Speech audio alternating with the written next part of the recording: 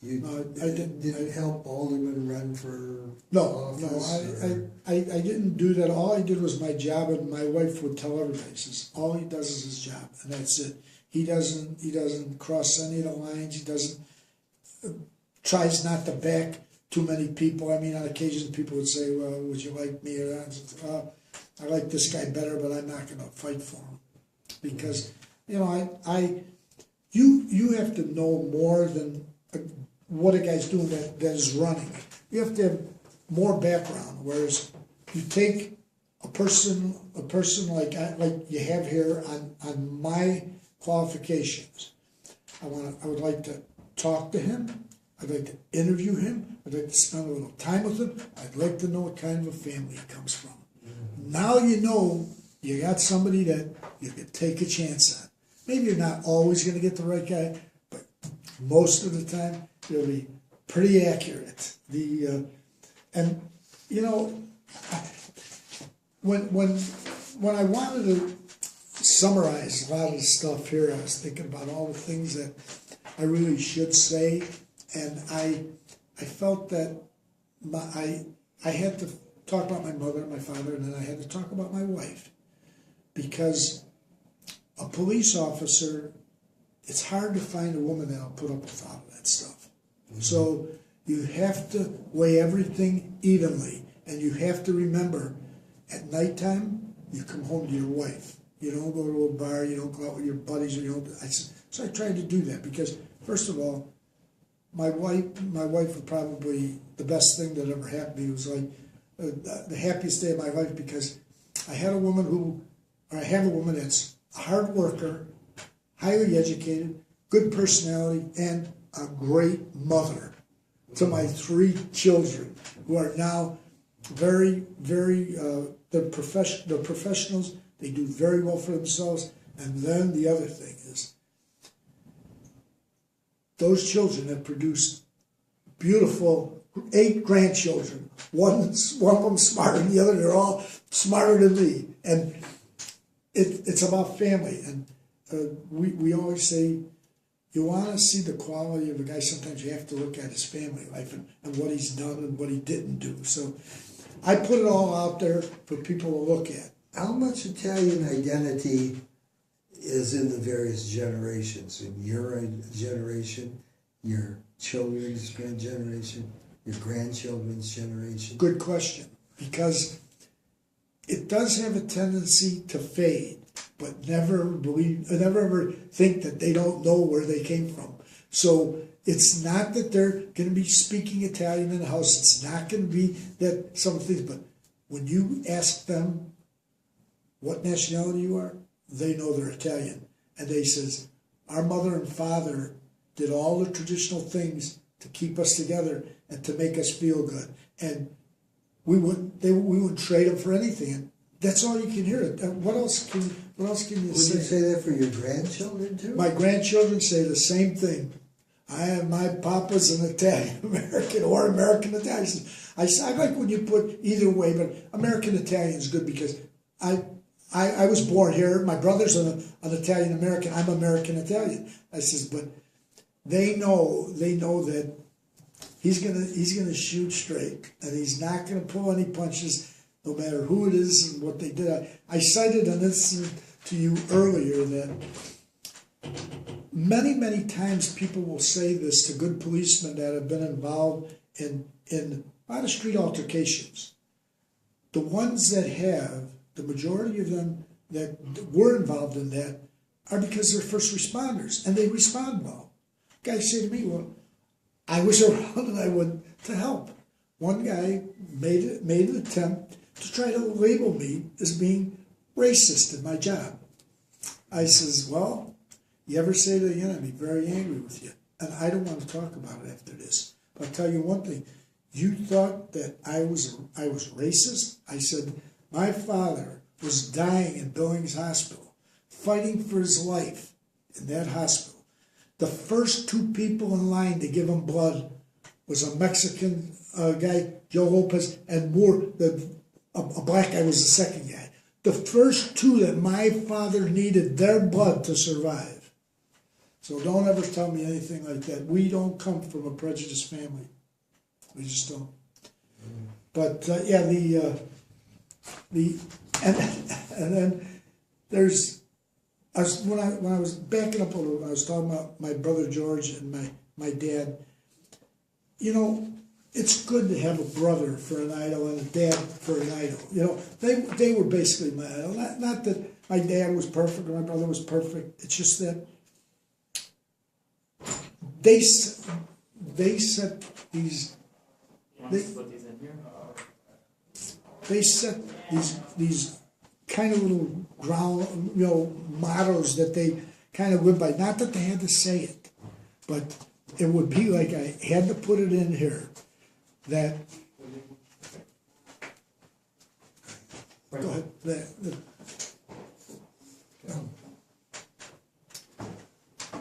Never back down and never give up. You know, you didn't hear them say it a lot, but that's what they meant. Especially for it's a cause when it's a cause you believe in. So that was a model for me, and I think that it's a simple thing to live by, and that's one. And my mom, my dad were always like, Italians are very compassionate people.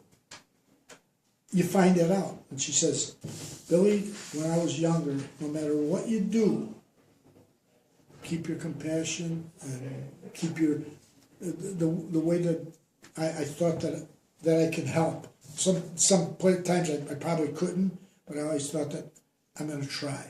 You know. Okay. Do you think that your personality is unique, or that it is a kind of personality that is produced by Italian families and communities? Well, I had one person say this, and it stuck with me forever. This is, Jack and Eddie could wear 1,000 hats in one day. I said, I don't think about that, you know. And that's quite a compliment. He could put on any hat. He could go walk down the street. There could be the guy sitting in the gutter and having a tough time. He says, it take time to try and help him. And then he could go talk at the University of Chicago to professors that are 10 times smarter than I am. And he says, and when you come to work, if you don't wear these different hats and you don't get into it, you're not doing your job. Because when you walk in, if I walked into a clothing store on my beat, I had to become the owner of the store or the worker in the store. If I went across the street to the pharmacy, I had to be the pharmacist guy and his people. It's just, you didn't know you were doing it, but trying your job to wear a lot of hats. Okay, so you talked about some of the high-profile events in your police career. Are there other events that you'd like to talk about, or? Yeah, there's a lot of them. The other thing that they do is they always say, you know, Officer Jack and I is one of the most decorated police officers in the country. I says, that's not me saying that. That's others saying that. I know that I have a lot of awards. I've done a lot of things. So, but I leave it at that. But I really don't count it. All I do is I'm up for the challenge of what I stated before. I will do my challenge with anybody, and it's hard. You know, you look at some of the stuff I jotted down, and probably a lot of it I missed. I would like to have that policeman work my neighborhood, you know, and not even thinking about it. Okay, But your promotions. Did you get any promotions along the way? First of all, at first some of it was my own fault because I liked the job I was doing. I liked being with the people every day. I mean, you meet thousands of people every day when you're a foot policeman. Not just the person in the car or just the guy you're stopping to get a ticket. I mean, every day I would talk to thousands of people because I was up and down the street, people going this way, people going that way.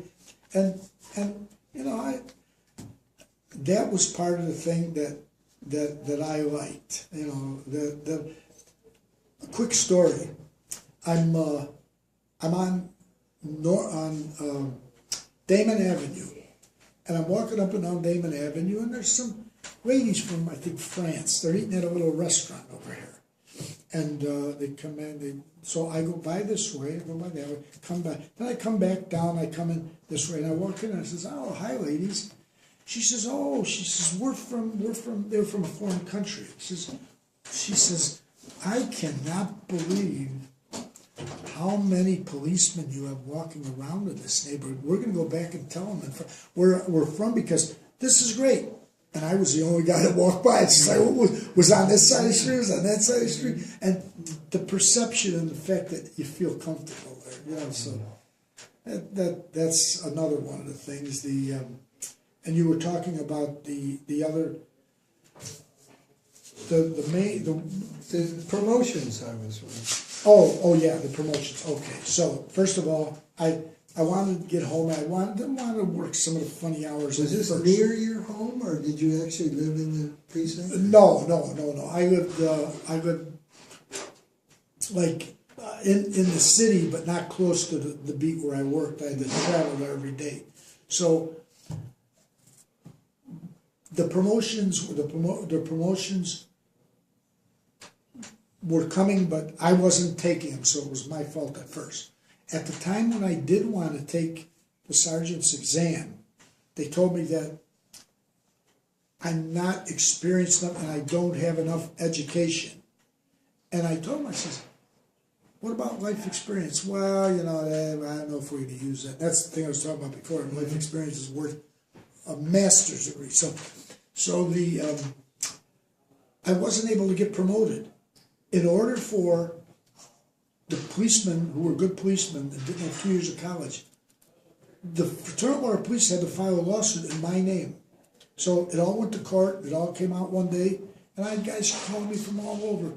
"Jack and I thank you, I got promoted today. Jack and I thank you, I got promoted today." So all these people got promoted, and they said, "Your name's on the list." So I got promoted because they were violating the rights of all the regular coppers that were not highly educated. What year was that? That was I was just to guess, it would be probably 2003, I think, or 2002 or 2003. That was more recent. That late? Yeah, and then it came out that all these guys that were overlooked now got the positions. So I got the position. We still had to pass a test. So I had to pass a certain test, but then I went on and I made sergeant.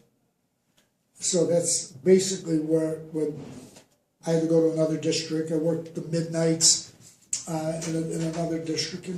And when you've done that stuff and you hit the streets with all the other policemen, this is stuff you know, and you could do it in your sleep. But when you put a prima donna that never did this in a command position, it doesn't work. And you know what? The patrolman won't listen to you. The patrolmen know when a policeman has been a real street policeman, a real policeman, and not a guy that was promoted because his uncle is a big shot. And I loved working my last assignment. That was in 2005. And the guys had tremendous respect for people that come up through the ranks and did it and tried their best to have a good career. And I says, you know, that's really all I can do. The awards and all this stuff, they're good, but the thing that finalizes a lot of this stuff is, how do other people perceive your abilities? And generally, when I would make a decision in a command capacity, it was usually the right one, because I made sure that I thought this is the right way to go, this is the middle road way to go, and I did it like that, and I liked it.